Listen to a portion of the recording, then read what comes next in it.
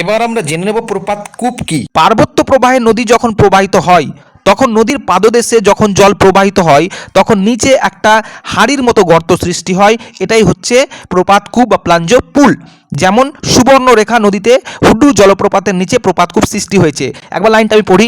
পার্বত্য প্রবাহে নদীর দ্বারা সৃষ্ট জলপ্রপাতের পাদদেশে জলরাশির পতনের ফলে প্রবাহজনিত ক্ষয় ও অবঘর্ষ ক্ষয়ের ফলে যে হাড়ির মতো দেখতে গর্তের সৃষ্টি হয় তাকেই বলে কি প্রপাত কূপ। আমরা জানি অবঘর্ষ ক্ষয় এবং জলপ্রবাহজনিত ক্ষয় কাকে বলে।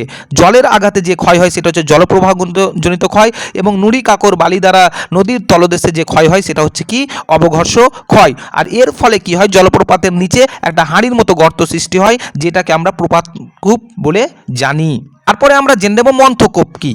পার্বত্য প্রবাহে নদীর জলের সঙ্গে বাহিত প্রস্তরখণ্ড নুড়ি বালি প্রভৃতি ঘুরতে ঘুরতে অগ্রসর হয়, ফলে অবঘর্ষ পদ্ধতিতে নদীর তলদেশে অনেক ছোট ছোট গোলাকার কূপের মতো গর্তের সৃষ্টি হয়, এগুলোকে মন্থকূপ বলে। অসংখ্য পটহোল একসাথে অবস্থান করলে তাকে পটহোল কলোনি বলে।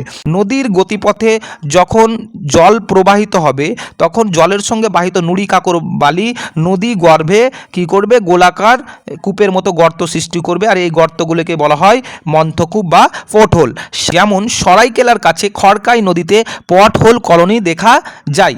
এবার যদি তোমরা ভাবো যে আমরা বৈশিষ্ট্যগুলো অ্যাড করব, তাহলে কিছুই না বৈশিষ্ট্য অ্যাড করা, সংজ্ঞাগুলোকে just line by line mention করে দিতে হবে। যেমন আমি পটহোলের ক্ষেত্রে একটু বুঝিয়ে দিই। পটহোল বা মন্থকূপ কি হয়, নদীর উচ্চ গতিতে সৃষ্টি হয়। কিসের কারণে হয়? নদীর অবঘর্ষ ক্ষয়ের ফলে সৃষ্টি হয়। গর্তগুলো কীরকম হয়? মাঝারি ধরনের গর্ত হয়। কার মতো দেখতে হয়? কূপের মতো দেখতে হয়, ইত্যাদি ইত্যাদি।